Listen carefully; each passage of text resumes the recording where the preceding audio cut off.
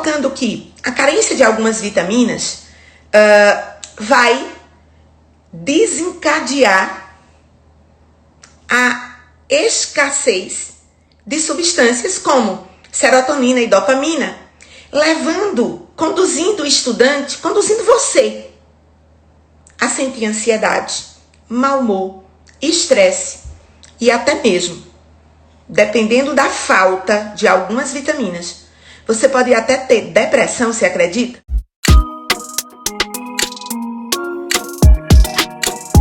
Já sabemos que a falta de determinados alimentos na dieta pode causar diferentes males físicos, como anemia, hipoglicemia. Se você consome uma dieta rica em sódio, você pode ter um quadro de elevação da pressão arterial. Então, essa relação entre alimentação e saúde é muito conhecida de todos nós. Mas você sabia que a alimentação em desequilíbrio também pode causar prejuízos psicológicos como estresse, falta de concentração e dificuldade de aprendizagem?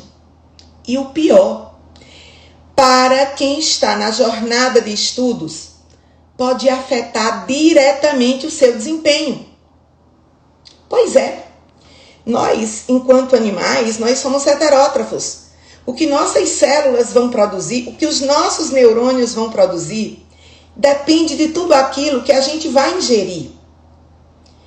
Agora você deve estar se perguntando, sim, Meriane, mas como os alimentos afetam o rendimento dos estudos? Pois é, nós vamos exatamente falar sobre isso com você. E dentro dessa perspectiva, primeiro a gente vai entender como é que nós aprendemos, para a gente entender como é que o alimento vai afetar o nosso rendimento nos estudos. Você acha que realmente o alimento afeta o rendimento? A depender do que você come, isso pode fazer você mais inteligente ou menos inteligente? Que coisa, não é? Na verdade, a inteligência você já tem, mas a depender do tipo de alimento, você vai conseguir usar melhor ou não sua inteligência, usar melhor ou não o seu potencial cerebral.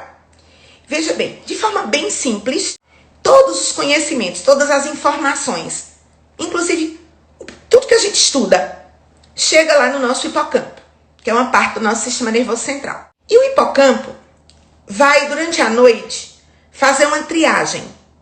O que é que ele joga na memória de longo prazo? Ou seja, o que é que vem aqui para essa área do cérebro, que é o córtex? Ou o que é que ele vai descartar, que não é conhecimento significativo?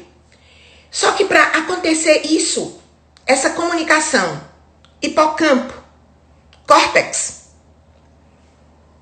precisa acontecer sinapses. Precisa ter construção de redes neurais. Os nossos mais de 80 bilhões de neurônios vão fazer mais de 300 trilhões de redes neurais. É uma coisa incrível. Mas o ato de aprender vai depender que durante o sono, sinapses vão estar acontecendo entre o hipocampo e o córtex. Ele vai mandar, através de sinapses, essa informação. E aí, quando chega no nosso córtex, isso passou no primeiro teste, não foi descartado. Isso começou a ficar na memória de longa duração. Se vai durar para sempre ou não, aí vai depender de outras estratégias de processos mentais que você vai adotar. Bem, dito isso, eu quero te dizer que o ato de aprender, tá? Depende de moléculas, como serotonina e dopamina, dentre outras. E esses neurotransmissores são produzidos por neurônios, a partir dos insumos, quer dizer, dos alimentos, dos nutrientes que nós vamos dar às nossas células. É aí onde entra a história de alimentação e rendimento nos estudos. A falta de alguns nutrientes na dieta, especialmente algumas vitaminas, podem afetar a produção de serotonina, tá? Que é um neurotransmissor ligado a, inclusive, a sensação de bem-estar, de felicidade. A dopamina, que está ligada ao nosso humor, a nossa sensação de prazer. E também esses neurotransmissores são parte dos neurotransmissores, não são todos eles, não estou aqui, como eu disse, não estou dando aqui uma aula de neurociência e de neuroaprendizagem, mas parte dessas moléculas são essenciais para a construção da memória de longo prazo. Aquela que você estudou e aí você aprendeu. Né? Estudar e aprender é transformar o conhecimento da memória de curto prazo numa sinapse para a memória de longo prazo. Bem, então eu estou colocando que a carência de algumas vitaminas vai desencadear a escassez de substâncias como serotonina e dopamina, conduzindo o estudante, conduzindo você a sentir ansiedade, mau humor, estresse e até mesmo, dependendo da falta de algumas vitaminas, você pode até ter depressão, você acredita? Pois é. Sabe qual é o órgão que é considerado nosso segundo cérebro? Anota isso. O intestino. Isso mesmo que eu estou te dizendo. O nosso intestino é o nosso segundo cérebro. Você vai dizer, Meriane, intestino? Aquele que absorveu nutrientes e que aquilo que não se tornou nutriente foi lá-se embora para o intestino grosso e virou as fezes. Você está chamando isso de nosso segundo cérebro? Sim. Mais de 90% da serotonina e da dopamina que nós vamos precisar nos neurônios são produzidas, essas moléculas são produzidas no intestino. Por isso que ele é nosso segundo cérebro. Esses neurotransmissores, além de serem responsáveis pela sensação de felicidade, ajudam também no controle hormonal, no nível de um outro, e nessa coisa do controle hormonal, sobretudo um hormônio chamado cortisol, que é o nosso hormônio do estresse. Além desses neurotransmissores estarem intimamente associados à formação da memória de longa duração. Pois é. Então, quando nós temos uma alimentação inadequada, nós atrapalhamos o funcionamento do nosso intestino. E esse processo de danificar o funcionamento do nosso intestino, isso implica em reduzir a produção de serotonina e de dopamina, porque eu repito, 90% da serotonina e da dopamina são produzidas pelo intestino e essas moléculas, junto com outros neurotransmissores, são essenciais à formação da memória de longa duração. Bem, toda essa dieta inadequada termina atrapalhando o funcionamento do intestino e gerando uma inflamação sistêmica. E essa inflamação sistêmica, ela pode atingir o cérebro, os neurônios. Como consequência, você vai ficar indisposto, sonolento, mais cansado do que o que deveria, e estressado, sem paciência. De repente, um amigo teu te pergunta uma coisa, você diz, o que é? Zero paciência, tolerância zero. E ainda tem mais. Essa dieta inadequada gera em você um desejo por alimentos doces e gordurosos. Quem já sentiu, no meio da tarde, uma enorme necessidade de comer doce? Numa determinada... Eu coloquei o meio da tarde, mas em determinada hora do dia, você desejou doce, desejou profundamente doce. Sabe o que é que isso pode indicar? Que o seu segundo cérebro vai mal. E se seu intestino vai mal, você não está produzindo as moléculas das quais você precisa para conseguir aprender. Então, você estuda, estuda e aprende pouco. Aí você termina errando questões. O tempo todo você faz simulado, erra questões. E às vezes você não sabe o motivo. Tipo assim, poxa, eu estudo tanto. Eu tô me esforçando tanto. Gasta tempo estudando. Mas é de pouca efetividade o seu estudo. Eu sempre digo que não é só a quantidade de estudo que define sua aprovação em medicina. É também preparo físico e mental para o estudo. Muitos estudantes, você de repente, pode estar focando apenas em estudar muito. Horas e horas infindas. Pior se você procrastina. Aí é que a desgraça é feia. Bem, mas mesmo você estudando muito, não garante que você vai aprender muito. Porque o ato de aprender precisa de moléculas. E essas moléculas precisam de uma alimentação adequada. Para ser aprovado em medicina, não é só estudar. É muito mais que isso.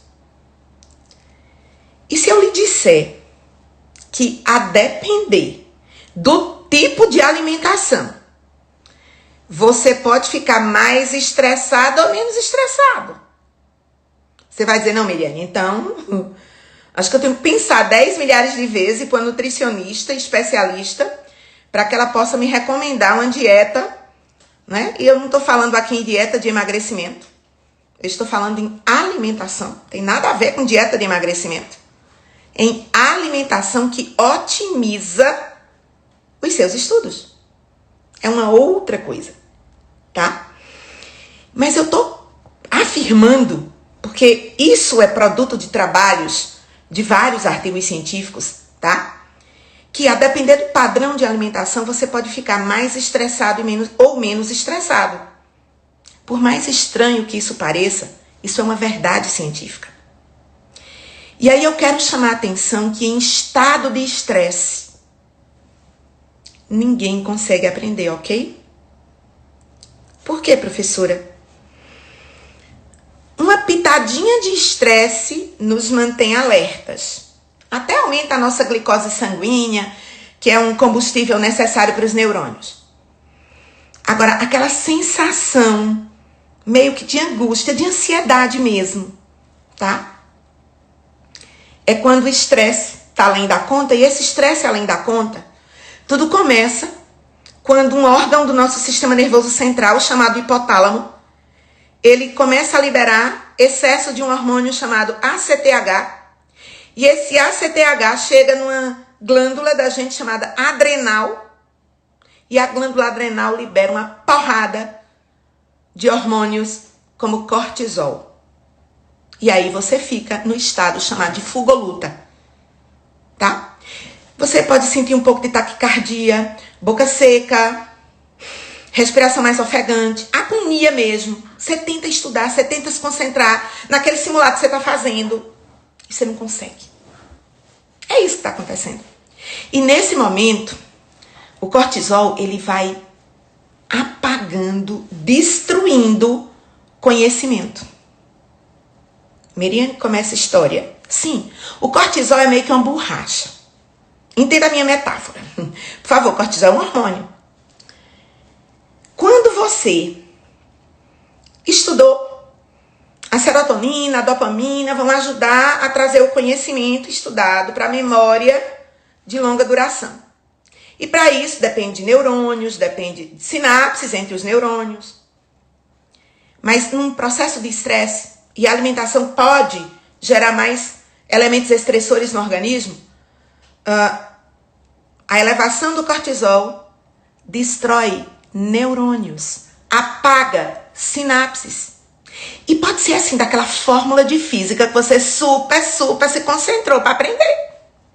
Não é sorvete não, todo mundo sabe, porque memoriza com mnemônico.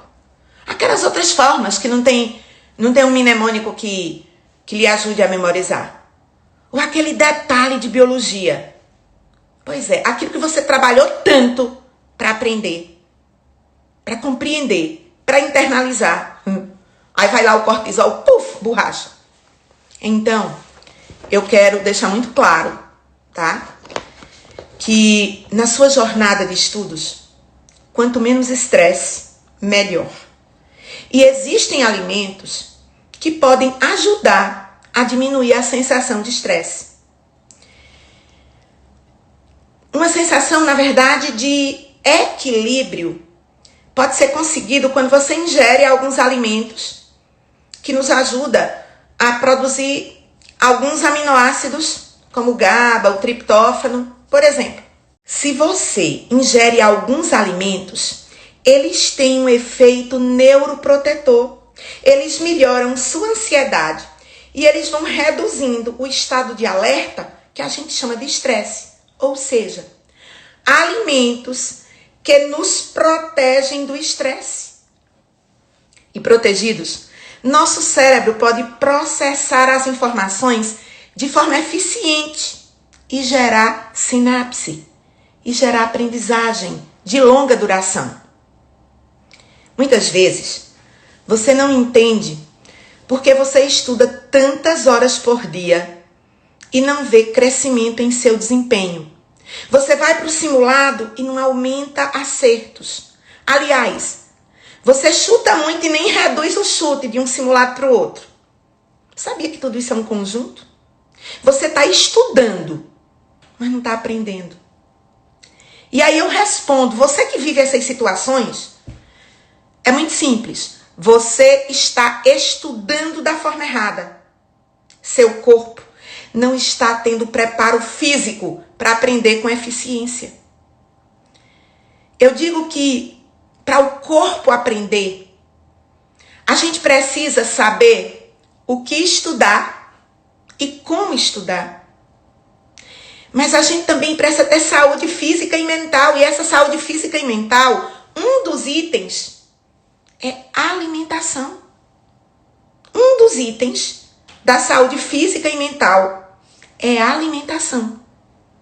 A depender de alguns tipos de alimentos, de algumas vitaminas, você poderá ter a produção de neurotransmissores que estarão na sinapse da memória de longa duração, ou a produção de cortisol, que vai lá e apaga o aprendizado, apaga o esforço do dia, apaga seu esforço. Olha que coisa traumatizante. Resultado. Eu quero te dizer que passar em medicina exige uma compreensão. Uma compreensão de que você tem que saber o que estudar e como estudar. Tem que ter saúde física e mental. E você tem que ter sentido e direção na jornada. Veja que eu começo tudo com S. É que eu chamo isso de tríade sináptica, é a maneira do meu cérebro memorizar. Os alimentos que você escolhe determinam a sua competência para aprender. O seu tipo de alimentação interfere na sua capacidade de aprender.